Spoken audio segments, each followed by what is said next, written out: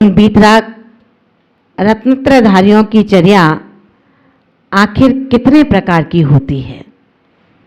वो मुनिराज जो अपने क्षुधा के शमन करने के लिए किसी गृहस्थ की देरी पर जाते हैं, क्या लक्ष्य लेकर के जाते हैं, कैसी होती हैं विभिन्न विभिन्न दृष्टियां उनकी। मुनिचर्या के विभिन्न प्रकारों को आचार्य भगवान यहाँ बताते हैं। उदरज्ञ समण मक्खण गोयार सब पूरण भमरम णाओण तपयारे नित्येव भुंजये भिक्खु। 108 नंबर की कारका में आचार्य भगवान ने बताया है, उदरज्ञ समण मक्खन गोयार सब पूरण भमरम। उन्होंने बताया है कि वो मुनिराज आहार को ग्रहण करने जब जाते हैं तो उनकी चर्या 5 प्रकार की होती है। उदराग्नि शमन, अक्षमरक्षण, गोचरी वृत्ति, सब्र पूरण और भ्रामरी वृत्ति। क्या? उदराग्नि शमन, अक्ष मक्खन, अक्षमरक्षण, गोयार यानी कि गोचरी, सब्र पूर्ण वृत्ति और भ्रमर वृत्ति। ऋणाओण तब प्यारे, इस तरह के तब प्यारे अनेक प्रकार के जो इन चर्या को ऋणाओण जानकर भिक्खु साधु निश्चयम नित्य ही भुंजदे आहार को ग्रहण करते हैं। हमेशा वो योगी उदराग्नि शमन, अक्षमरक्षण, गोचरी, सब्र पूरण और भ्रामरी वृत्ति को ध्यान में रख करके आहार को विधिवत ग्रहण करते हैं। आचार्यों ने इसकी परिभाषाओं को बहुत जगह दिया है, मूलाचार में भी दिया है, अष्टपाउड में भी दिया है। उन्होंने बताया है उदराग्नि प्रशमन जो करते हैं, जितने आहार से उदर की अग्नि शांत होती है, जठराग्नि होती है, जितने आहार से उदर की अग्नि शांत होती है उतना ही आहार जो ग्रहण करते हैं वो उदराग्नि प्रशमन दृष्टि कही जाती है। अक्षमरक्षण, जिस प्रकार गाड़ी को चलाने के लिए गाड़ीवान जब धुरी पर तेल ग्रीस आदि डालते हैं, उसी प्रकार शरीर रूपी गाड़ी को चलाने के लिए आहार रूपी तेल, आहार रूपी ग्रीस, आहार रूपी ईंधन को अक्षमरक्षण चर्या कहते हैं। गोचरी वृत्ति का तात्पर्य है, जैसे गाय को चारा डाला जाता है, गाय को चारा डालने पर गाय की दृष्टि चारा डालने वाले के ऊपर नहीं होती।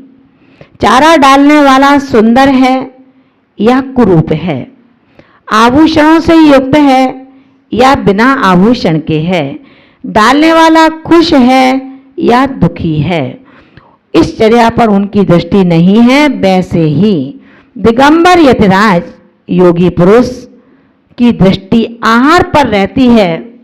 देने वालों के सौंदर्य, आभूषण, गरीबी अमीरी पर जिनकी दृष्टि नहीं जाती वो गोचरी वृत्ति कहलाया करती है।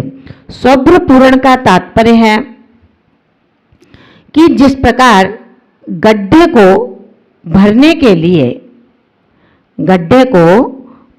के लिए मिट्टी, कूड़ा, कचरा जैसे हो, गंदे पत्थर, अच्छे पत्थर, मोटे पत्थर, बदसूरत पत्थर जैसे भी हो, उस गड्ढे को जैसे तैसे भरा जाता है, ठीक उसी प्रकार ये योगी जन अपने उदर रूपी पेट के गड्ढे को, अपने पेट रूपी गड्ढे को सरस नीरस चाहे जैसे भी शुद्ध भोजन से, शुद्ध आहार से भर लेना शुभ्र पूर्ण वृत्ति कहलाया करती है।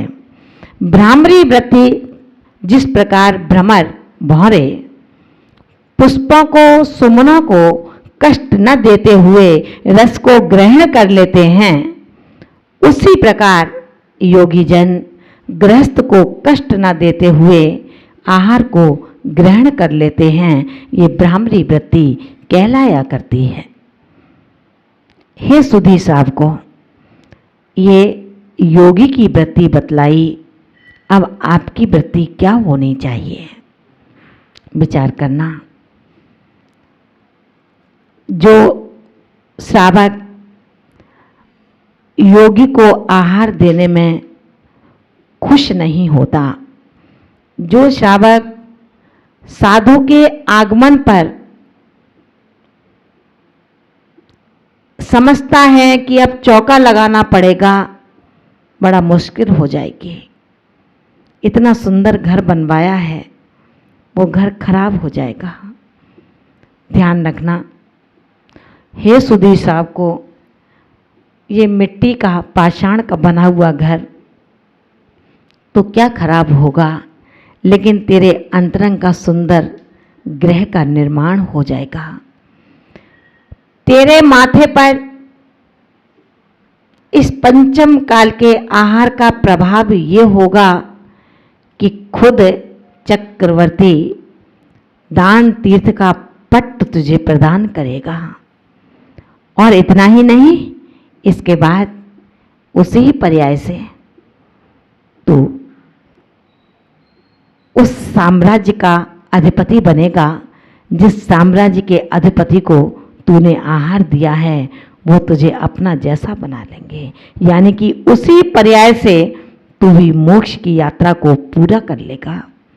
क्यों घबराता है?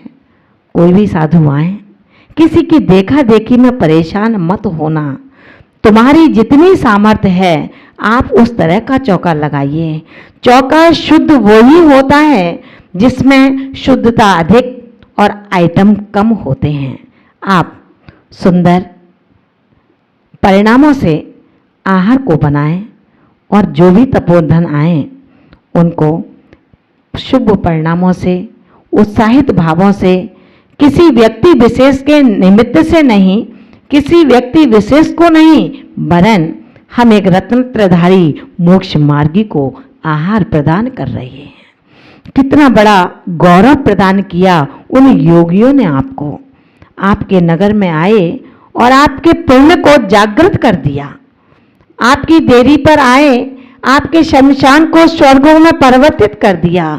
आपकी देरी पर आए, जो धन बढ़ता नहीं था उस घर में पंचाश्चर्य की वृष्टि हो गई। कितना सुयोग प्रदान किया उन योगियों ने। खुद लेते क्या हैं और देते कितना हैं। ध्यान रखना, यदि वो मुट्ठी भर खाते हैं तो दोनों हाथ लुटा दिया करते हैं। ऐसे योगियों के लिए हम अपने मन में, अपने शहर में, अपने परिवार में ये शिक्षाएं प्रदान करें, ये माहौल बनाएं कि आज पंचम काल का शुभारंभ है। इस शुभारंभ काल में यदि हम ये समझेंगे अब तो पाप का काल आ गया है, अब धर्म की रास्ता होगी, तो हे मेरे भक्तों, मैं आपसे इतना कहना चाहती हूँ कि आप इस जैन धर्म के परिवेश में अभी इतने परेशान ना हो। पंचम काल के 18,000 वर्ष अभी बाकी हैं, पर 18,000 वर्ष के अंत तक चतुर्विध संघ इस धरा पर मौजूद रहेगा। आहार की प्रतिक्रियाएं इसी तरह चलती रहेंगी। श्रावक और श्रावका इसी तरह पड़गाहन करते रहेंगे। तपोधन अपनी अंजलि रखकर मुनि मुद्रा से गोचरी वृत्ति के लिए आते रहेंगे। जो पुण्यात्मा होंगे वो उनको खुशी खुशी आहार देंगे और जो पापी होंगे वो उनके आहार के चौके का तिरस्कार करेंगे। अब कौन पापी होगा, कौन पुण्यात्मा होगा, ये तो जब केवली मिलेंगे तब निर्णय होगा। हम और आप ये कुछ भी नहीं बता सकते हैं कि कौन मिथ्या दृष्टि है और कौन सम्यक दृष्टि है, कौन भव्य है और कौन अभव्य है। इतना जान सकते हैं, मुनिचर्या अपने आप में सिंहचर्या कहलाया करती है। सिंहचर्या का पालन करने वाले भी शेर से कम नहीं होते हैं। लेकिन शेर आप ऐसे बनो, जब जंगल का शेर किसी गरीब लकड़हारे की सहायता कर सकता है तो तुम तो उन योगियों के शेर भक्त हो। क्या आप भगवान महावीर के शासन की रक्षा नहीं करोगे? भगवान महावीर के शासन को ऊंचा नहीं उठाओगे? भगवान महावीर के शासन को अक्षुण्णता प्रदान नहीं करोगे? करोगे भक्तों, तुम करोगे, तुम्हें करना पड़ेगा। जागो, अभी कोई ऐसा पाप का काल नहीं आया, केवल अपने मन के विचारों का परिवर्तन करना है। अगर मन के विचारों का परिवर्तन हो गया तो सच मानना, आज भी संत साधु की सेवा और उनके भक्त मिलकर के इस भरत क्षेत्र के कर्म भूमि में भी हम विदेह क्षेत्र का एक दृश्य उपस्थित कर सकते हैं। लेकिन हमें झुकना होगा, हमें वात्सल्य का आंचल बड़ा करना होगा। हमें अपने हृदय रूपी सरोवर में वात्सल्य नीर से उसको भरना होगा। रसना पर शीतलता, मस्तिष्क में हमें अपने इस ठंडक का एहसास कराना होगा। आँखों में नम्रता और हृदय में विशालता का पैमाना बनाना पड़ेगा। भेद की दीवारों को मिटाना होगा, अभेद की दृष्टि को उघाड़ना होगा। द्वैत के संस्कारों को तहस नहस करना होगा, अद्वैत की चादर को फैलाना होगा। उतने ही पांव पसारना उस अद्वैत की चादर पर जितना बड़ा है चादर। अगर पांव लंबे हुए, चादर छोटा हुआ तो ना तो पांव काटे जा सकते हैं, ना चादर को बढ़ाया जा सकता है। इसलिए करना क्या होगा? चादर छोटी है, पांव बड़े हैं तो पांव का संकुचन करना होगा, अपनी इच्छाओं का दमन करना होगा, अपने इंद्रिय विषयों का हमें संकोचन करना होगा। जब हम उनको संकुचित कर लेंगे तो रहा क्या? अब मन बचा, मन का विस्तार कर देना। उस शुभ योग में, उन यतियों की सेवा में इंद्रियों का संकोच करके मन को विस्तारित करना, शुभ विचारों को विस्तारित करना, शुभ योग को विस्तारित करना। जब शुभ योग बढ़ जाएगा आपका तो आप एक दूसरे के साथ मितव्यता का व्यवहार शुरू कर देंगे। आपको लगेगा कि मेरा धर्म भाई धरती पर खड़ा है और मैं आराम से एक लंबी सीट पर लेटा हूं, तो उठ कर के बैठ जाओगे। आओ भाई, आप भी बैठो। आपको लगेगा एक लंबी चटाई पर मैं बैठी हूं, मेरी गुरु बहन धरती पर है, वो अपने पांव को सकोड़ लेती है, आओ इस चटाई पर बैठो। उसे पता है जब दृष्टि का विस्तार हो जाता है, सद्विचारों का विस्तार हो जाता है, तो निश्चित मान करके चलना व्यक्ति बहुत बड़ा हो जाता है। जब दृष्टिपात करता है कि मेरे भोजन की थाली आ गई और मेरे सांगी साथियों की थाली नहीं आई, तो प्रतीक्षा करता है। श्रावक को कहता है इनकी थाली लेकर के आओ, उसके बाद मुझे शुद्धि बोलना। कितना विशाल हो जाता है वो योगी जिसके अंदर केवल अपना नहीं दूसरे के दर्द का जन्म होता है। ऐसी मितव्यता तभी जगती है जब अधिनायक गणनायक इसकी शिक्षाएं देता है। गणनायक जब शिक्षा देगा तो गणित में रहने वाले वो सभी गुरुकुल के शिष्य और शिष्याएं अपने गुरु जैसे बन जाते हैं। उनके भक्त उन जैसे होते हैं। तपोधन आए हैं मेरी नगरी में, अथवा आ रहे हैं मेरी नगरी में, अथवा हम उनको लेकर के आए। क्यों इन साधु को बाध्य करें कि वो आपके पास एक सूचना भेजें कि हम आपके नगर में आना चाहते हैं। कैसा समय बना दिया आपने। हे साहब को अभी ऐसा समय नहीं आया। अगर आप अपने पापों से उत्तीर्ण होना चाहते हैं तो अपने कर्तव्यों के प्रति सजग रहें। आगत साधुओं को आने के लिए उनका आदर सम्मान करें, अगवानी करें, और जो साधु प्रवीण हैं, योग्य हैं, आपके शहर में आकर के धर्म की दरिया बहा सकते हैं, उनको सम्मान पूर्वक लेकर के आएं। उनका यथोचित सम्मान करें, उनकी अगवानी करें और धर्म के प्रचार प्रसार के लिए उनकी व्यवस्थाएं जुटाएं। साधु को ना कहना पड़े कि मेरा मंच इस तरह का बनाओ, मेरा माइक इस तरह का लगाओ।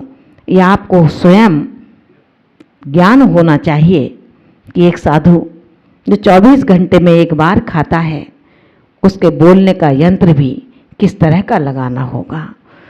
साधु को मंच और माइक से कोई लेना देना ना है, लेकिन ये आपका कर्तव्य है।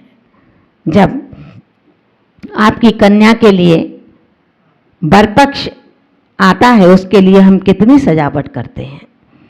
आज जो मुक्ति कन्या का वरण करने जा रहा है उसके लिए हम सुसुप्त हो जाते हैं, भेद कर लेते हैं, भूल जाते हैं, अपने आप को अनजान बताते हैं कि हमें कुछ पता ही नहीं है कौन से महाराज कौन सी माताजी कब आ रही हैं, उन्होंने नारियल चढ़ाया था वो लेकर के आए हैं, वही सारी व्यवस्था करेंगे।